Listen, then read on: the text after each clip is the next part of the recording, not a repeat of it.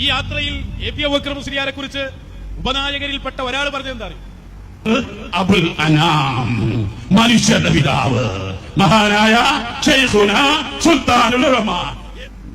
അദ്ദേഹത്തെ സംബന്ധിച്ച് ഇപ്പോൾ പറഞ്ഞതൊന്നും പോരാ. അബുൽ ഐത്താം എന്ന് ചിലർ പറയും, അത് പോരാ.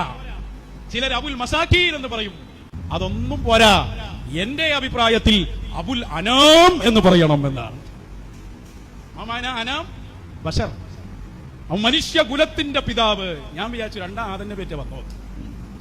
ആദൻ നബി അലൈഹി സ്വലാം അല്ലേ അബുൽ അനാം? അബുൽ ബഷർ, അബുൽ ബഷറിന്റെ പര്യായ പദമാണ് അബുൽ അനാം. അല്ല,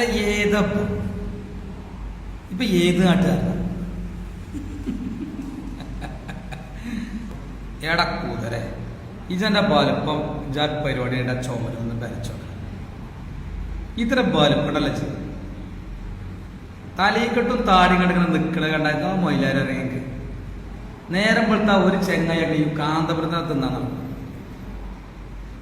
എടെ ചെങ്ങയി അന്നെക്കൊണ്ടും വലിയ വലിയ ആളുകള് ഇവിടെ കത്തിയും വടിയും ബാളെടുത്ത് കൊലപാതകം കൊന്നുവരെ കാണിച്ചു കൊടുത്തു ഈ കാന്തപുരത്തിന്.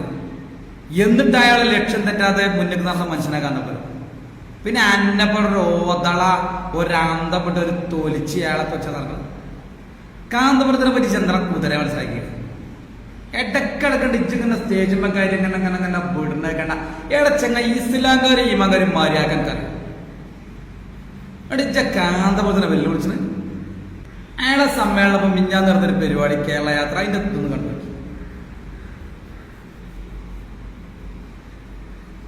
ഇതിനുള്ള സെറ്റിങ്സുകാരെ, ഈ പരിപാടിക്കുള്ള സെറ്റിങ്സുകാരെ അത്ര ഏത് ഈ പരിപാടി നിയന്ത്രിക്കുന്ന ഈ മൈക്ക സെറ്റിങ്സുകാരുണ്ടാവുമല്ലോ, ഓലത്ര ആളെ കൂട്ടം കഴിയാ കുതിര ഇറക്കും. എന്നിട്ട് ഓനടങ്ങിയ വിളിച്ചു പറയണ കാന്തപുരത്തിന്റെ കുറ്റവും കുറവൊന്നുമില്ല. ഊസറും പുളിമാണം കുതിര കുറച്ചൊക്കെ അപ്പോഴൊക്കെ നടക്കുള്ളൂ. ഇജുവാന്റെ കുറച്ച് ആൾക്കാരുണ്ടായാല് ജാപ്പറുടെ നിർത്തേ